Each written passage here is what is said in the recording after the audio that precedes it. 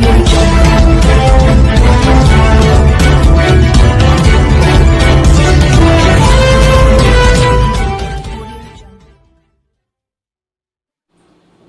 కంటే ఎక్కువగా మన భారం మోసేది అమ్మ అని, అందుకే తల్లికి వందనం పేరుతో తల్లిని గౌరవిస్తూ ముందుకు వెళ్తున్నామని విద్యాశాఖ మంత్రి నారా లోకేష్ అన్నారు. జిల్లాలోని బిఆర్ హై స్కూల్ ప్రారంభోత్సవం అనంతరం మంత్రి మాట్లాడుతూ ఉపాధ్యాయులను చూస్తే దేవుళ్లు గుర్తొస్తారని తెలిపారు.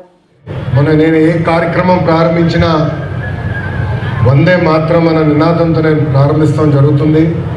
నేను వందే అంటాను, మీరు మాత్రం అనాలని ఈ సభాముఖంగా కోరుతున్నాం. వందే వందే వందే మాతరం. Thank you. వేదికమైన మంత్రివర్యులు నారాయణ మాస్టర్ గారికి, గౌరవనీయులు ఫరూక్ గారికి, గౌరవనీయులు ఆనం రామనారాయణ రెడ్డి గారికి, member of parliament Vemireddy Prabhakar Reddy గారికి, నెల్లూరు రూరల్ ఎమ్మెల్యే కోటమిరెడ్డి శ్రీధరన్నకి, కలెక్టర్ గారికి, ఈ సమావేశానికి ఇచ్చేసిన శాసన సభ్యులు, అధికారులు, ఉపాధ్యాయులు అందరికీ పేరు పేరున నా హృదయపూర్వక నమస్కారాలు. మాట నేర్పించేది అమ్మ, నడక నేర్పించేది అమ్మ, బాధ్యత కూడా నేర్పించేది అమ్మ, మన కోసం జీవితం మొత్తం త్యాగం చేసేది మన అమ్మ, భూమి కంటే ఎక్కువ భారం మోసేది మన అమ్మ. అందుకే తల్లికి వందనం పేరుతో తల్లి రుణం తీర్చుకునే దానికి ఈరోజు ఈ ప్రభుత్వం ముందరికెళ్తుందని ఈ సభాముఖంగా తల్లిదండ్రులందరూ తెలియజేస్తున్నాను. అంతేకాకుండా ఆలు నేర్పించేది ఉపాధ్యాయులు. ఉపాధ్యాయులకు ఒక స్వార్థం ఉంటుంది. ఆ స్వార్థం ఏంటంటే వాళ్ళ చదువు చెప్తున్న పిల్లలందరూ బాగా మార్కులు రావాలి, అన్ని ర్యాంకులు కొట్టాలన్న స్వార్థం వాళ్ళలో ఉంటుంది. అందుకే ఉపాధ్యాయులను ఎప్పుడు చూసినా మనకి దేవుడు గుర్తొస్తారు. అలాంటి ఉపాధ్యాయులందరికీ పేరు పేరున నా హృదయపూర్వక నమస్కారాలు తెలియజేసుకుంటున్నాను. పెద్దలు ఇప్పుడే చెప్పారు, 1875లో బిఆర్ హై స్కూల్ స్థాపించారు. దాదాపు 150 సంవత్సరాలు చరిత్ర ఉన్న పాఠశాల ఇది. నిజంగానే వీడియోలో చూస్తే ఈరోజు నేను ఆశ్చర్యపోయా. కరెక్ట్గా 6 నెలల ముందల పాఠశాల ఇలాంటి పరిస్థితుల్లో ఉండాలని ఈరోజు నాకు అర్థం అవ్వలే. పాఠశాల మొత్తం చూస్తే నిజంగానే అసూయపడ్డా. నారాయణ మాస్టర్ గారు చెప్పా, నేను చదువుకున్న పాఠశాల కన్నా అద్భుతంగా ఈరోజు బిఆర్ హై స్కూల్ని మీరు తీర్చిదిద్దడం జరిగింది. ఒక ఘన చరిత్ర ఉన్న బిఆర్ హై స్కూల్ మంది. డాక్టర్ కె నారాయణ గారు అంటే honorary adviser and retired director for SHAR Sriharikota, మాజీ ముఖ్యమంత్రి వర్యులు డాక్టర్ బెజవాడ గోపాలకృష్ణ రెడ్డి గారు, ఎన్ జనార్దన్ రెడ్డి గారు, మాజీ ఉపరాష్ట్రపతి గారు వెంకయ్యనాయుడు గారు, ఏకంగా ఎస్పీ బాలసుబ్రహ్మణ్యం గారు. శ్రీకాకుళం జిల్లాను పారిశ్రామికంగా అభివృద్ధి చేస్తామని మంత్రి అచ్చెన్న అన్నారు. కోట ముమ్మారిలో సోమవారం నిర్వహించిన సుపరిపాలనలో తొలి అడుగు కార్యక్రమంలో ఆయన పాల్గొన్నారు. ఏం చేయాలి? ఇస్తే నలుగురికో 5కో 10 మందికి ఇస్తాం, అందరికి ఇవ్వలేకపోతున్నాం. అందరికీ అవకాశం రావాలంటే పారిశ్రామికంగా అభివృద్ధి జరగాలి. పరిశ్రమ వస్తే తప్ప ఉద్యోగాలు రావు. మనకు మూలపేటలో పోర్ట్ అవుతుంది.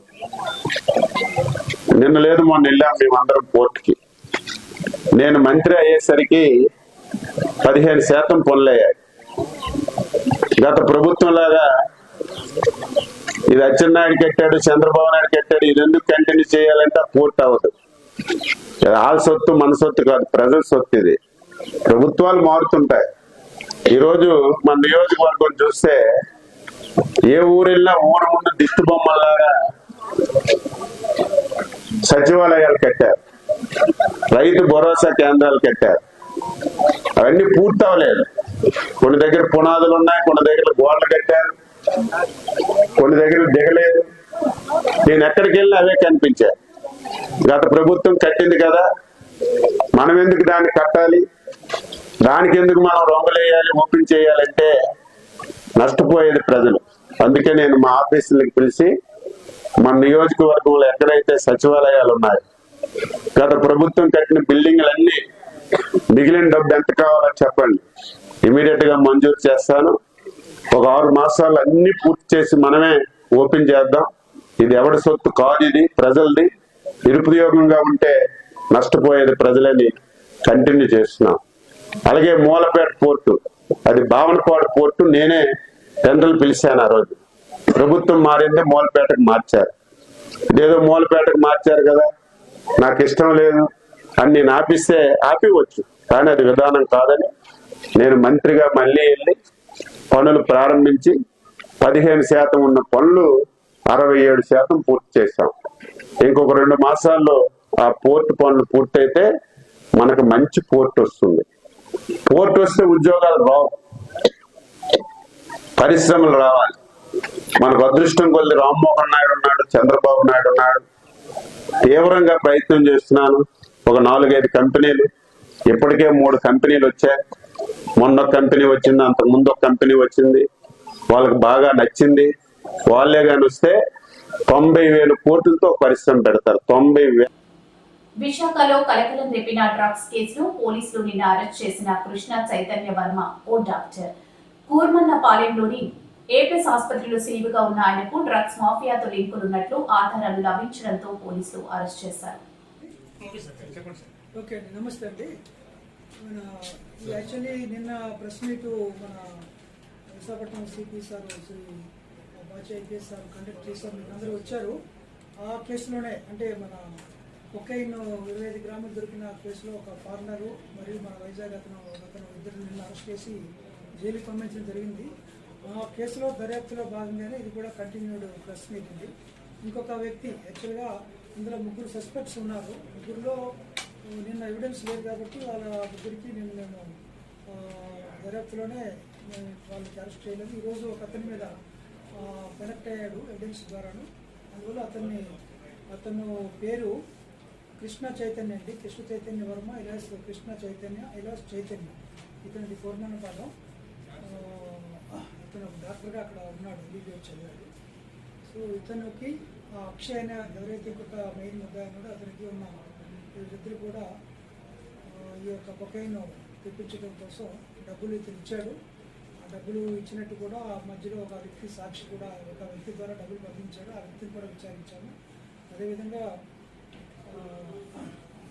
ఇతను కూడా కన్జంప్షన్ చేస్తున్నట్లు కూడా మనకి దర్యాప్తులో నిర్ధారణ అయింది. కాబట్టి ఇతన్ని అరెస్ట్ చేయడం జరిగిందండి.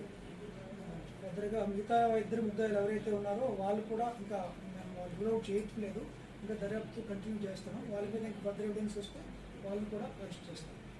ఈ కేసులో ఈరోజు ఒక అతను కృష్ణ చైతన్య అతన్ని అరెస్ట్ చేయడం జరిగింది. ఈ విషయం మీకు తెలియజేయడం కోసం ఈ ప్రెస్ మీద ఫ్రీటౌన్ పోలీస్ స్టేషన్ పరిధిలో ఈస్ట్ సబ్ డివిజన్లో విశాఖపట్నం సిటీ ఈ యొక్క కేసు అండి. Crime number 141/25 NDPS. Chodavaram BN రోడ్డుపై కోర్టులో పిటిషన్ దాఖలు. సుమారు 20 సంవత్సరాల నుంచి చోడవరం ప్రాంతంలో ఉన్న బిఎన్ రోడ్డు గురించి సంబంధించిన అధికారులు పట్టించుకోకుండా ఉండటంతో ప్రజల తరపున పిటిషన్ దాఖలైంది. చోడవరం కోర్టు న్యాయవాదులు భూపతిరాజు, ఏబి భూషణ్ ప్రభుత్వం అధికారుల తీరుపై చోడవరం కోర్టులో పిటిషన్ వేశారు. ఈ సందర్భంగా చోడవరం కోర్టు మాజీ బార్ అసోసియేషన్ మాజీ చైర్మన్ కాండ్రేగుల డేవిడ్ మాట్లాడుతూ గత కొన్నేళ్ల నుండి ఉన్న చోడవరం నియోజకవర్గంలో ఉన్న Bheemili road, Bheemili to Narsipatnam road కొత్తగా రోడ్డు నిర్మించకపోవడం, కనీసం మరమ్మతులు కూడా నోచుకోలేని పరిస్థితి ఉండడంతో ప్రజలు సమస్యలను దృష్టిలో ఉంచుకుని కోర్టులో కేసు వేయడం జరిగిందని, సంబంధిత 7 శాఖల అధికారులకు నోటీసులు జారీ చేయడం జరిగిందని, ఈ నెల 26న దీనిపై కోర్టులో వివరణ ఇవ్వాల్సి ఉందని పేర్కొన్నారు. రోడ్ల సమస్యలు పరిష్కరించాలని జిల్లా కలెక్టర్కు, స్థానిక తహసీల్దార్కు, స్థానిక ఎంపీడీఓకు, రోడ్లు భవనాలు శాఖ ఈఈకి, డివిజనల్ ఇంజనీర్ జేఈఈకి నోటీసులు జారీ చేయడం జరిగిందని తెలిపారు. ఏ గ్రామం అయినా, ఏ మండలం అయినా, డిస్ట్రిక్ట్ అయినా, తద్వారా రాష్ట్రం అయినా అభివృద్ధి చెందాలంటే ఆ దేశంలో, ఆ రాష్ట్రంలో కానీ, ఆ మండలంలో కానీ, విలేజ్లో కానీ రోడ్ల వ్యవస్థ బాగున్నప్పుడే అభివృద్ధి చెందే అవకాశాలు ఉన్నాయి. ఆ విలేజ్ కానీ మండలం కానీ జిల్లా కానీ అవి లేనప్పుడు రవాణా సౌకర్యం సరిగ్గా లేనప్పుడు అభివృద్ధి బాగా కుంటుపడుతుంది. అయితే చోడవరం అసెంబ్లీలో ఉన్నటువంటి రోడ్లన్నీ కూడా 40 సంవత్సరాలు వెనక్కి వెళ్ళిపోయాయి. మనం అభివృద్ధి చెందుతున్నామో తెలియలేదు, వెనక్కి తిరోగమనంలోకి వెళ్తున్నామో లేదో తెలియని పరిస్థితిలో ఇప్పుడు ఏర్పడింది. అదేవిధంగా ఈ అత్యవసర సేవలకి మాత్రం బాగా ఇబ్బంది కలుగుతుంది అందరికీ, ప్రజలందరికీ.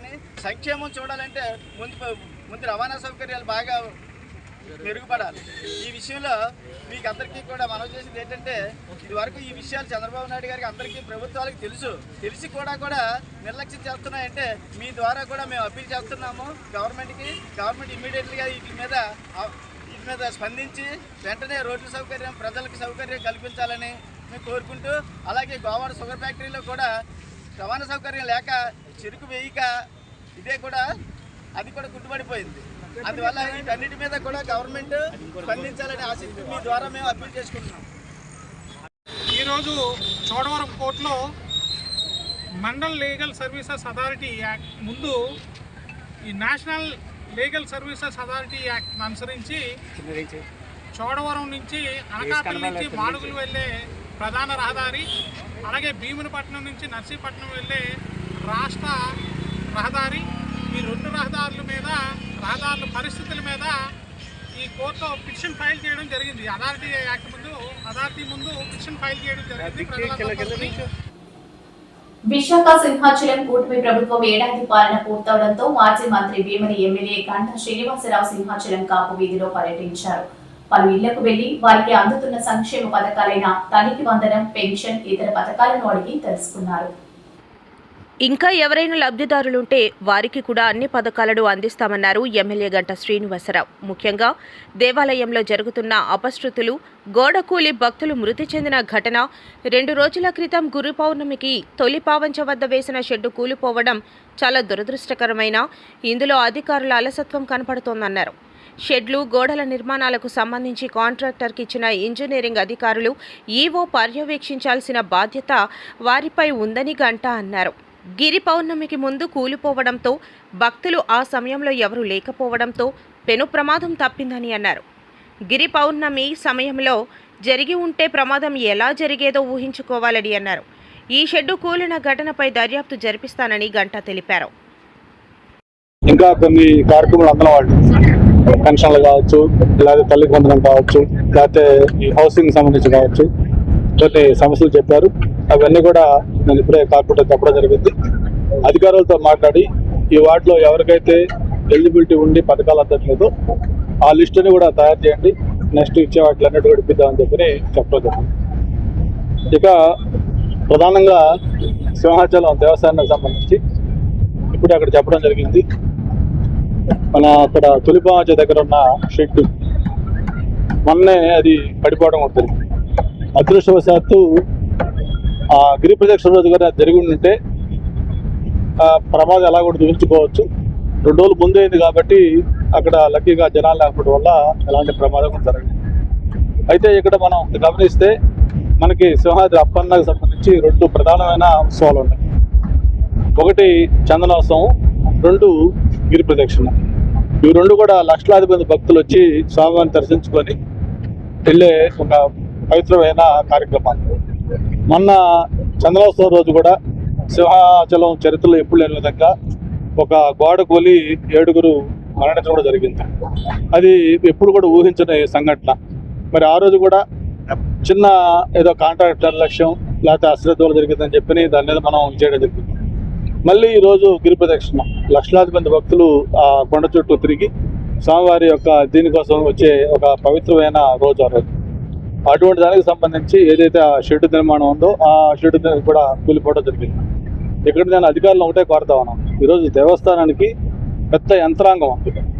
ఈఓ గారు ఉన్నారు, కింద ఈఈలు ఉన్నారు, డిఈలు ఉన్నారు, ఏఈలు ఉన్నారు, ఇన్స్పెక్టర్లు. గత ప్రభుత్వంలో 200 యూనిట్లు ఉచితం అన్నారు. అప్పటి విద్యుత్ బిల్లులు చెల్లించాలంటూ కూటమి ప్రభుత్వం ఒత్తిడి చేస్తుందా? విద్యుత్ బిల్లులపై దళితుల నిరసన.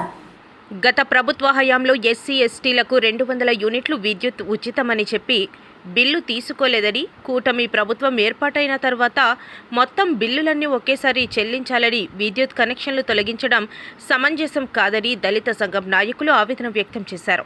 సోమవారం స్థానిక యాలాం కూడలిలోని అంబేద్కర్ విగ్రహం నుండి విద్యుత్ సబ్స్టేషన్ వరకు ర్యాలీ నిర్వహించారు. అంతకుముందు అంబేద్కర్ విగ్రహం వద్ద చేపట్టిన మానవహారానికి పర్మిషన్ లేదు అంటూ పోలీసులు చెప్పడంతో కొంతసేపు గందరగోళం నెలకొంది.